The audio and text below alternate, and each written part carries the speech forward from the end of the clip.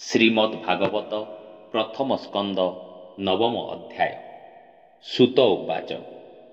ଏମନ୍ତେ ପ୍ରାଣୀ ବଧେ ବୟ ନିବେଦି ଧର୍ମ ରତନୟ ସକଳ ଧର୍ମ ଜ୍ଞାନ ଅର୍ଥେ ବିଜୟ କଲେ ନିଜ ରଥେ ଯୁଦ୍ଧ ଭୂମିକୁ ହୋଇ ସଜ ସଙ୍ଗତେ ଘେନି ଦେବରାଜ ମିଳିଲେ କୁରୁକ୍ଷେତ୍ରେ ଯାଇ ଭୀଷ୍ମ ଅଛନ୍ତି ଯହିଁ ଶୋଇ ରାଜା ସଙ୍ଗତେ ଚାରି ଭ୍ରାତେ ସଜ ହୋଇଲେ ଯେଝା ରଥେ ଉତ୍ତମ ନାନା ଅଶ୍ୱଗଣ ସ୍ୱଭାବେ ରତ୍ନ ବିଭୂଷଣ ତାହାଙ୍କ ସଙ୍ଗେ ବିପ୍ରଜନେ ଗମନ କଲେ ତୋଷ ମନେ ଗୋବିନ୍ଦ ନନ୍ଦୀ ଘୋଷ ରଥେ ବସିଲେ ଅର୍ଜୁନ ସଙ୍ଗତେ ପାଣ୍ଡବ ମଧ୍ୟେ ଚକ୍ରଧର କିୟ ବା ଦେବା ପଟାନ୍ତର ଗୁହ୍ୟକ ଗଣ ମଧ୍ୟ ଗତେ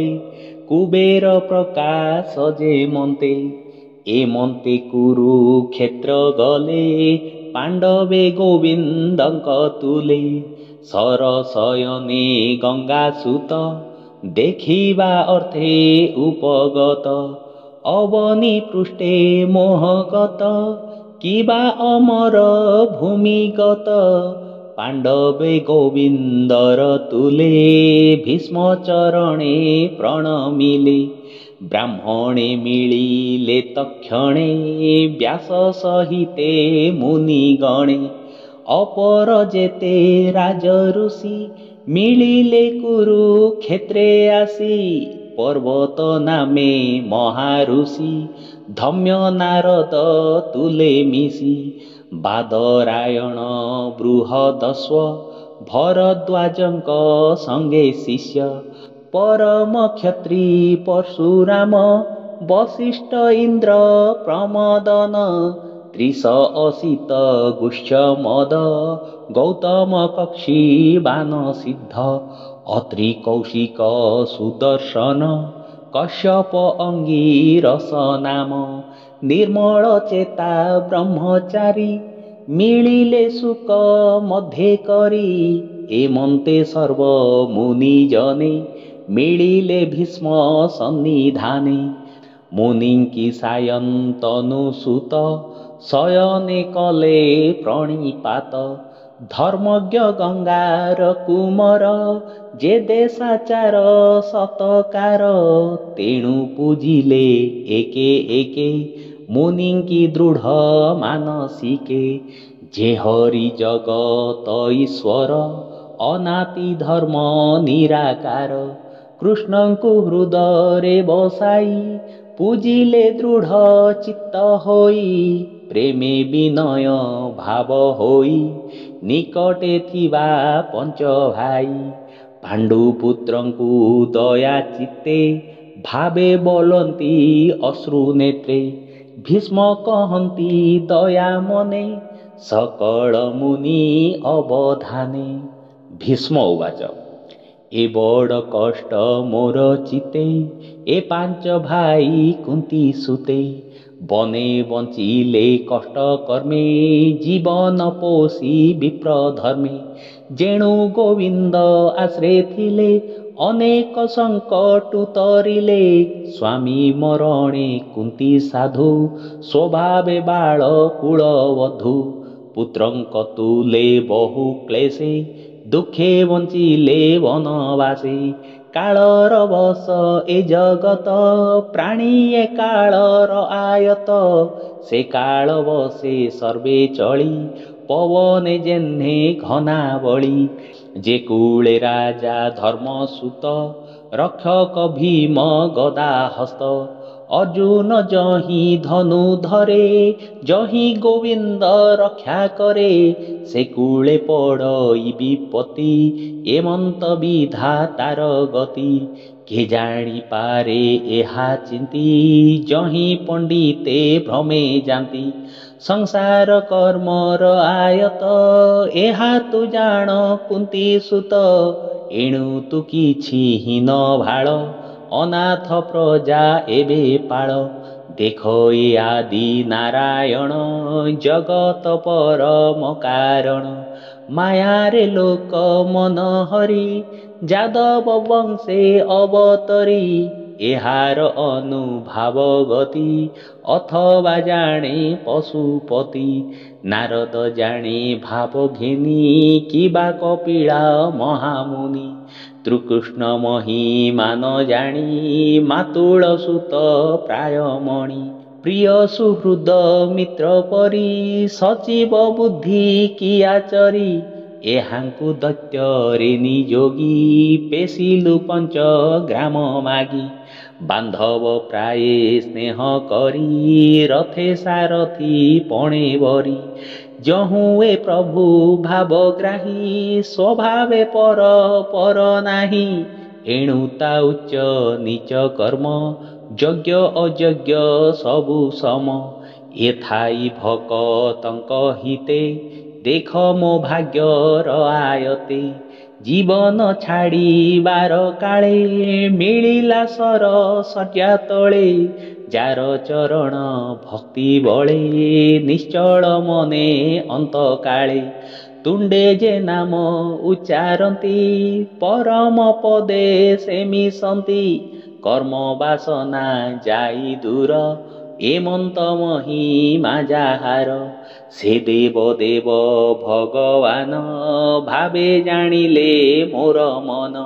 ଚିତ୍ତେ ପ୍ରସନ୍ନ ହେଉ ମୋର ମୁହିଁ ଛାଡ଼ିବି କଳେବର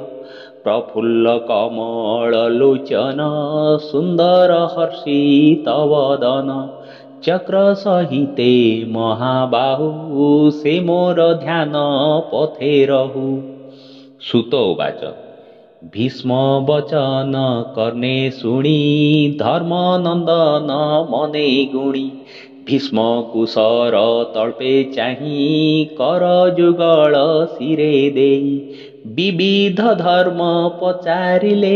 ଅଶେଷ ମୁନି ଗଣ ତୁଲେ ସ୍ୱଭାବ ଧର୍ମ ଯେ ଜଗତେ ଚତୁର ବର୍ଣ୍ଣାଶ୍ରମ ଯେତେ ରାଗ ବୈରାଗ୍ୟ ଆଦି କରି ଯେ ମାର୍ગે ସଂସାରୁ ନିସ୍ତରି ଯେ ଦାନ ଧର୍ମ ରାଜ ଧର୍ମ ମୋକ୍ଷ ସାଧନେ ଯେତେ କର୍ମ ଯଥା ବିଧାନେ ଯେତେ କରି ଗୃହୀ ବନସ୍ତ ବ୍ରହ୍ମଚାରୀ ସ୍ତ୍ରୀ ଜନ୍ମର ଯେବା ଧର୍ମ ଯେ ବିଷ୍ଣୁ ଭକତଙ୍କ କର୍ମ ଧର୍ମାର୍ଥ କାମ ମୋକ୍ଷ ଆଦି ଯେତେ ପ୍ରକାର ଯାହା ସାଧି ସକଳ କହିଲେ ହରସେ ନାନା ଆଖ୍ୟାନ ଇତିହାସେ ହେମନ୍ତ କହୁଁ କହୁଁ ଧର୍ମ ଭୀଷ୍ମର ଚିତ୍ତେ କାଳ ଭ୍ରମ ସିଦ୍ଧ ପୁରୁଷ ଯୋଗ ବଳେ ଯାହା ଚିନ୍ତନ୍ତି ଅନ୍ତକାଳେ ସେ କାଳ ଅତି ପୁଣ୍ୟ ଧର୍ମ ଉତ୍ତରାୟଣ ଯାର ନାମ ସେ କାଳ ଆଗମନ ଦେଖି ସଂକୋଚ କଲେ ବେନି ଆଖି ସହସ୍ର ସହସ୍ର ବଚନ ଶୁଣାଇ ହୋଇଲେ ମୌନ ତକ୍ଷଣେ ବିଷ୍ଣୁ ଭାବ ଘେନି ଗଙ୍ଗା ନନ୍ଦନ ହେଲେ ତୁନି ସବୁ ସଂଘରି ଦୃଷ୍ଟି ମନ କୃଷ୍ଣ ଚରଣେ ଅବଧାନ ଯେ ହରି ଅଛି ଅଗ୍ରେ ବସି ଚତୁରଭୁଜ ପରକାଶୀ ପୀତ ବସନ କଟି ଭାଗେ ବିଜୁଳି ଯେହ୍ନେ ନୀଳ ମେଘେ ଏମନ୍ତ କୃଷ୍ଣ ରୂପ ହେଜି ବଚନ ଶ୍ରମେ ଚକ୍ଷୁ ବୁଝି ଧାରଣା ଯୋଗେ ଧ୍ୟାନ କରି ସଂଶୟ ଦୂରେ ପରିହରି ଯୁଦ୍ଧର ଶ୍ରମ ଯେତେ ଥିଲା ତକ୍ଷଣେ ଶରୀରୁ ଛାଡ଼ିଲା ଇନ୍ଦ୍ରିୟ ଅର୍ଥେ ଯେତେ କର୍ମ ଚିତ୍ତୁ ଛାଡ଼ିଲା ମାୟା ଭ୍ରମ ଅନ୍ତରେ ବେନି କର ଯୋଡ଼ି ବୋଲେ ଗୋବିନ୍ଦ ପାଦେ ପଡ଼ି ଭୀଷ୍ମ ଉବାଚ ଏମନ୍ତ ଭାବେ ମନ ମୋର ତୃଷ୍ଣା ବର୍ଜିତ ନିର୍ବିକାର କୃଷ୍ଣ ଶରୀରେ ହେଉ ଲୀନ ଯେ ହରି ଭକତ ତାରଣ ଯାର ମହିମା ଯୋଗୀ ଜନେ ଚିନ୍ତି ନ ପାନ୍ତି ଯୋଗ ଧ୍ୟାନେ ସସୁଖେ ଥାଇ ଅବିରତେ ପ୍ରକୃତି ବସେ ବିଶ୍ୱ ଅର୍ଥେ ପ୍ରକୃତି ତହୁଁ ଏ ଜଗତ ପ୍ରବାହ ରୂପେ ଆତଜାତ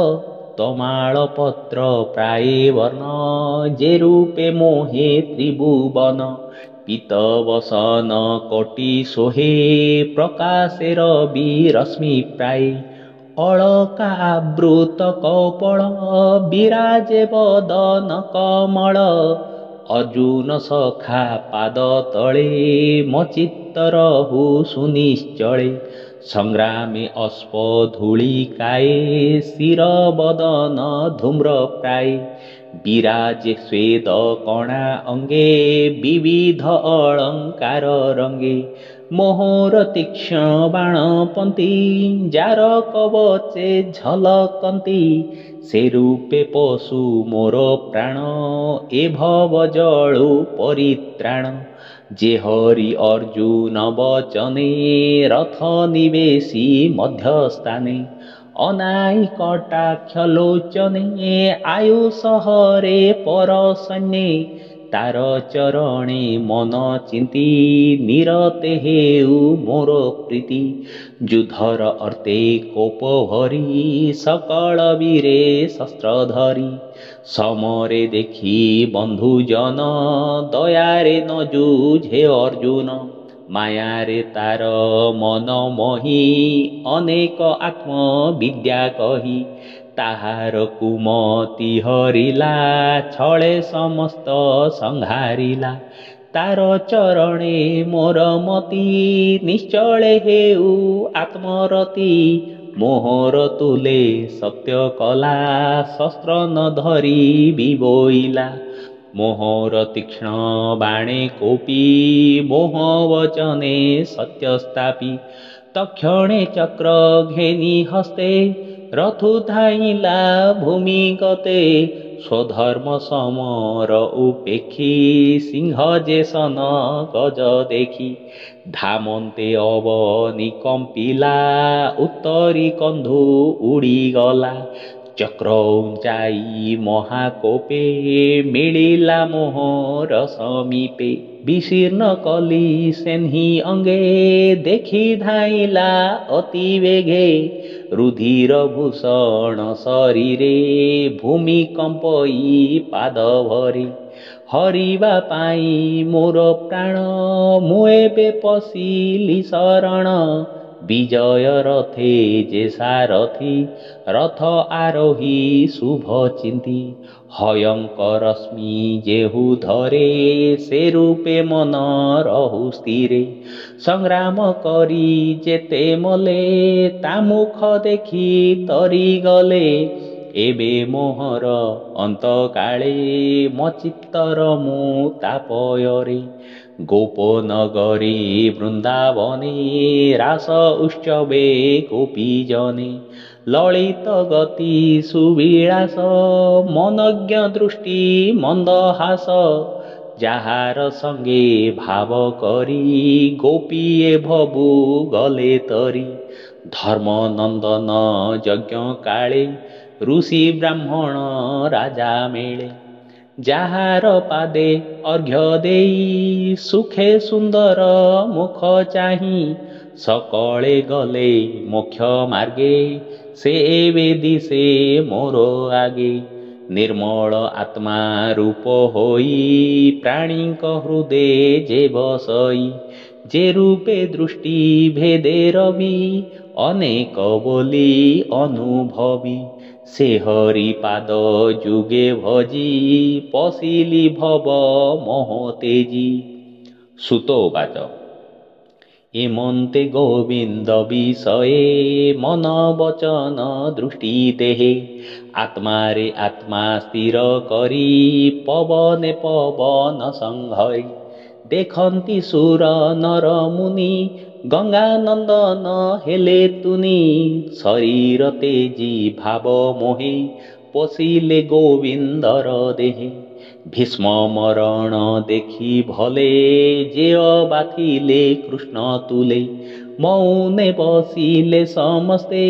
ପକ୍ଷୀଏ ଯେହ୍ନେ ଦିନ ଅନ୍ତେ ତକ୍ଷଣେ ଦୁନ୍ଧୁ ବିଷବଦ ଦେବ ମାନବେ କଲେ ବାଦ୍ୟ ସାଧୁ ଶବଦ ଶୂନ୍ୟେଶ୍ୱରେ ପୁଷ୍ପବରସେ ନିରନ୍ତରେ ତକ୍ଷଣେ ଯୁଧିଷ୍ଠିର ଯାଇ ଅନଳେ ଭୀଷ୍ମ ଦେହ ଦହି ମୁହୂର୍ତ୍ତେ ବସି ଦୁଃଖ ମନେ ଉଠି ସକଳ ମହାଜନେ ଯେ ଯାହା ମତେ ସ୍ତୁତି କଲେ ନମିଲେ କୃଷ୍ଣ ପାଦ ତଳେ ଉଠି ସକଳେ ଦୁଃଖ ଚିତ୍ତେ ଗୃହେ ଚଳିଲେ ଯେ ଯା ମତେ ପାଣ୍ଡବେ କୃଷ୍ଣ ସଙ୍ଗତେ ହସ୍ତିନା ମିଳିଲେ ତୁରିତେ ତକ୍ଷଣେ ଅନ୍ତପୁରେ ଯାଇ ଅନ୍ଧ ଗାନ୍ଧାରୀଙ୍କି ଦୁଝାଇ ଗୋବିନ୍ଦ ଧୃତ ରାଷ୍ଟ୍ର ବୋଲେ ଯୁଧିଷ୍ଠିରଙ୍କୁ ରାଜା କଲେ ସେ ରାଜା ଧର୍ମେ ରାଜ୍ୟ କଲା ଯା ପିତୃପିତା ମହେ ଥିଲା ଏମନ୍ତେ କରି ରାଜପଣ ସଙ୍ଗତେ ଘେନି ନାରାୟଣ ସେ ନାରାୟଣ ପାଦଗତ ଶରଣ ଦାସ ଜଗନ୍ନାଥ ଇତି ଶ୍ରୀମଦ୍ଭାଗବତେ ମହାପୁରାଣେ ପାରମହଂସ୍ୟାଂ ସଂହିତାୟାଂ प्रथमस्कन्धे युधिष्ठिर राज्य प्रलोभ नाम नवमोऽध्याय।